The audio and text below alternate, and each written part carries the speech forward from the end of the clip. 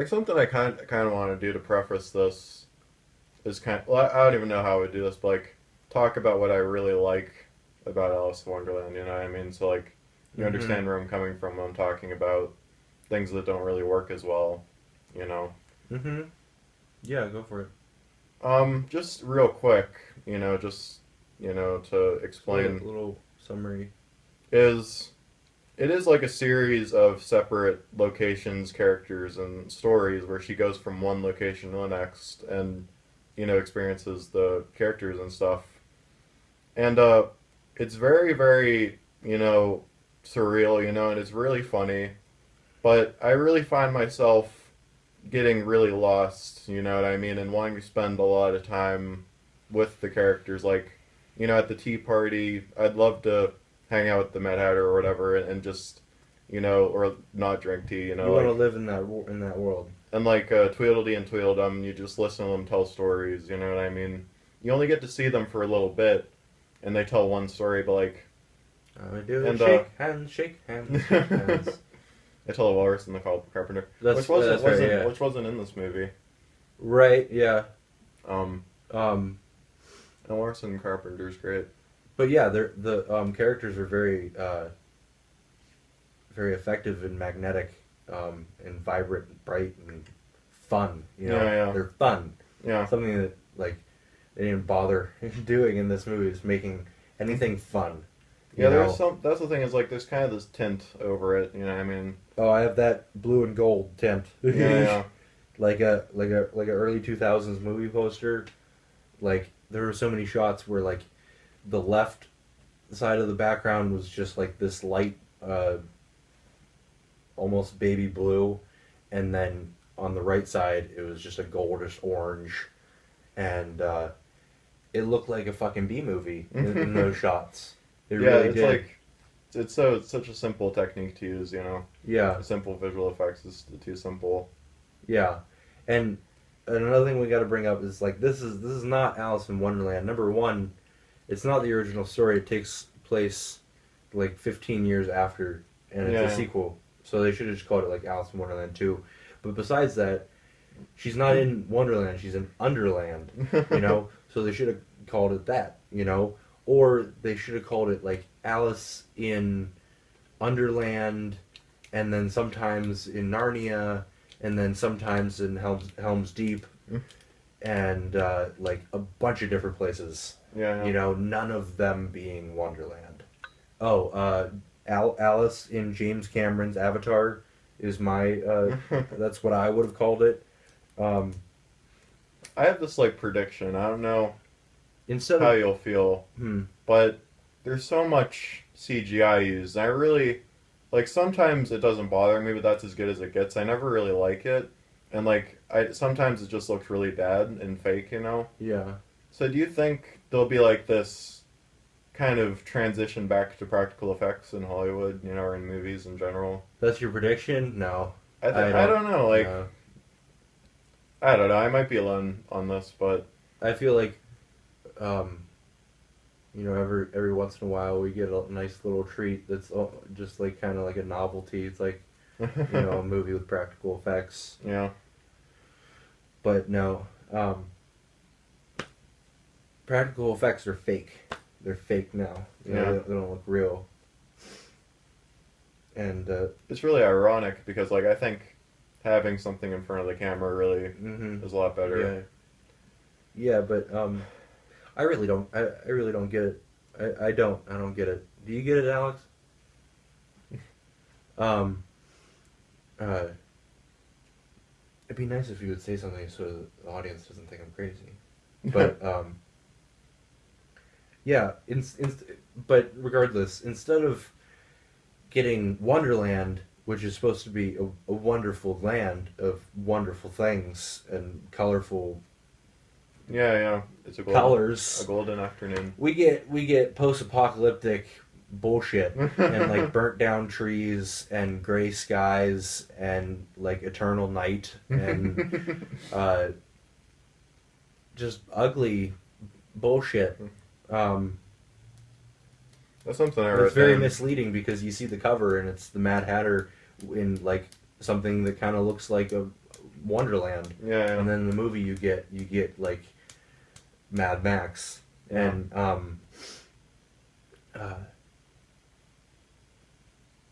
yeah, it's horror. I'll move on to another one of my. You told me to write this down. The Cheshire Cat says, "I never get involved in politics," Yeah, it's a really strange which line. I didn't know why you had me write that down. But later on, he in fact does get involved in politics, contradicting his statement, and yeah, it's really stupid. It's really, really, really dumb. Um, um, Stephen Fry. And like something to take into consideration that's a big theme in Alice in Wonderland is like insanity, madness, you know what I mean? Mm-hmm. And a lot of comedy comes from that, and all the characters, you know, are a little crazy, you know. Yeah. And it's like I was so getting weird. the Mad Hatter that sounds like this. Right, all right. You get the Mad Hatter, it sounds like this. And he's talking that, not really. It's He has, more, like, it's more like different Australia is accents. different accents. And I think I said, I didn't write it down, but I remember saying, all I wrote down was Johnny Depp sucks with an X. And it felt like he was just recycling other characters that he's played in other Tim Burton movies. You know, he kind of looks like a little bit like Edward Scissorhands, and then like he has like the Sweeney Todd accent a couple times, and you know, when you actually get to hear the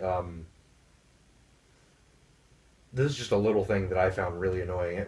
When he actually uses the Mad Hatter voice, which is just like kind of squeaky, like he's talking in that like accent, and then he's like keeps jabbering on and on and on. And they're like, "Hey, whoa, slow down." And he's like, "Oh, sorry."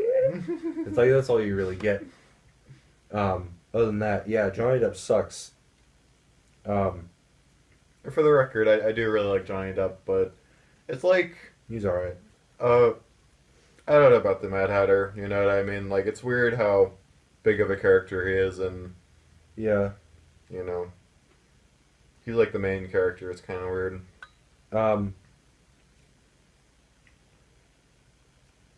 But I would never see like the Mad Hatter or like the Cheshire Cat or anything like that, you know, working together to overcome something. They don't care about that stuff. Yeah. They're worried about having happy unbirthdays. Yeah, reliving the same day over and over. You know? Except for one day where like it's normal. Yeah. That's kind of how I imagined it. I don't know if that's how it is, but like unbirthdays are very crazy, you know? And like a regular birthday is just a normal day. So they're just like sitting there quietly. Yeah. They're probably just crazy all the time. But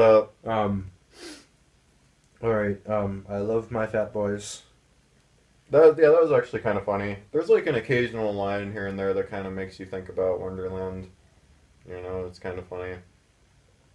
I have white power over the red man. Oh, okay, That's yeah. something we noticed that was really funny. It was like the white, you know, everybody's dressed in white and they're And they very have pale. like really pale white skin and like white makeup and white hair, and like everything about that kingdom is like run by the whitest, most basic bitch of all time, Anne Hathaway. Whereas the evil kingdom is red, and The red man. yeah. Why does the red man burn? And I don't think I would have thought of that if like the absolute whiteness wasn't really hammered, like shoved down your throat. Yeah, you yeah. know, of the other kingdom, and like I can't remember, but it was probably called the White Kingdom.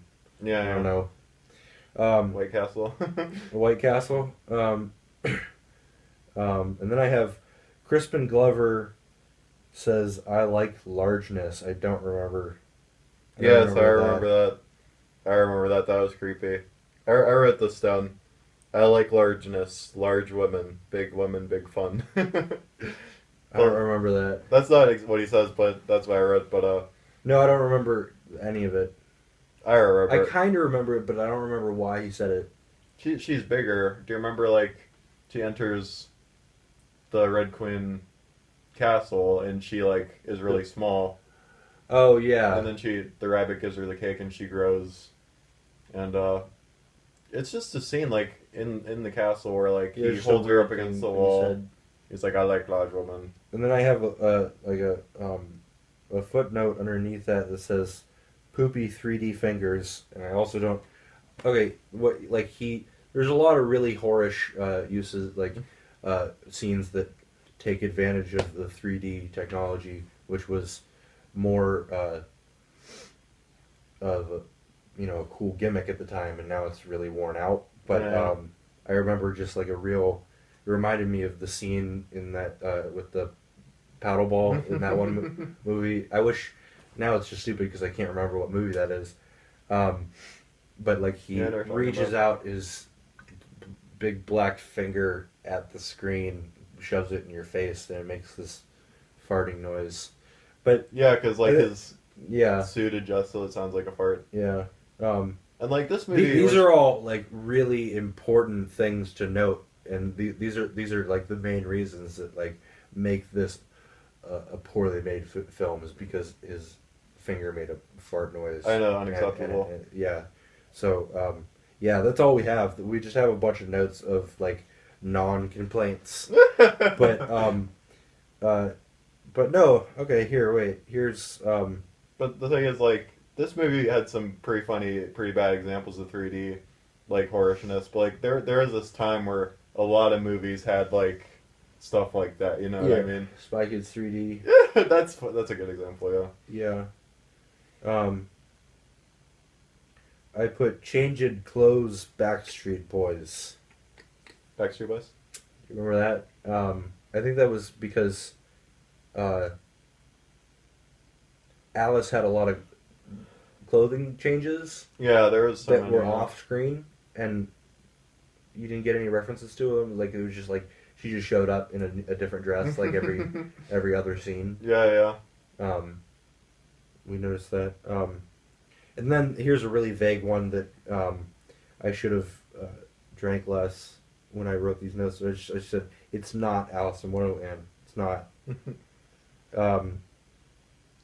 And then I don't have any notes for the battle scene, which I feel like you might want to talk about because that's a really big fuck you to Alice in Wonderland lore. Like those the shots of like the soldiers walking, like we really don't need an Alice in Wonderland movie, you know. And you know, it's bad. It's bad enough. It looks really bad.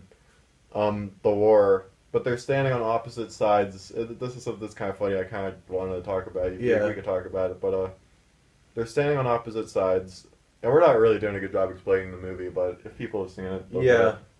But Yeah. Alice is gonna kill a Jabberwocky, and she's fighting it, and like the soldiers, the cards are just standing on either side, you know, just standing there. And I don't know what the rules are, but I guess if there's any sort of interference, it's The war starts. the war starts. Yeah, and like yeah, I'd like to say that like we're not making these reviews. We're like at the end of it, we're not gonna like recommend it or not. We just we just review bad movies because we're like really cynical and bored. Um,